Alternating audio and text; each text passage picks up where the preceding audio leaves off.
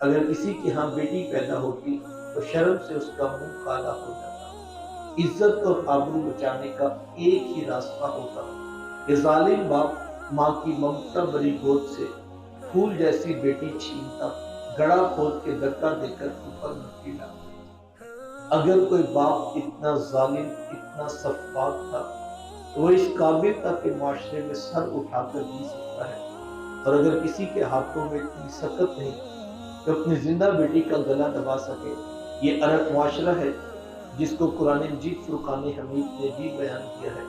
वो अमलन बेटियों को ज़बह किया करते और बहनों को जिंदा दरगोर कर दिया करते। जिस दौर में बेटी ज़बह की जा रही थी, जिस दौर में बहन जिंदा दरगोर कर दी जाती, मेरे हुजूर उस दौर में कलीमा हक को बुलंद किया और हुजूर मैं बेटियों को ज़बह करने वालों सुन लो, फातिमा को बिदअत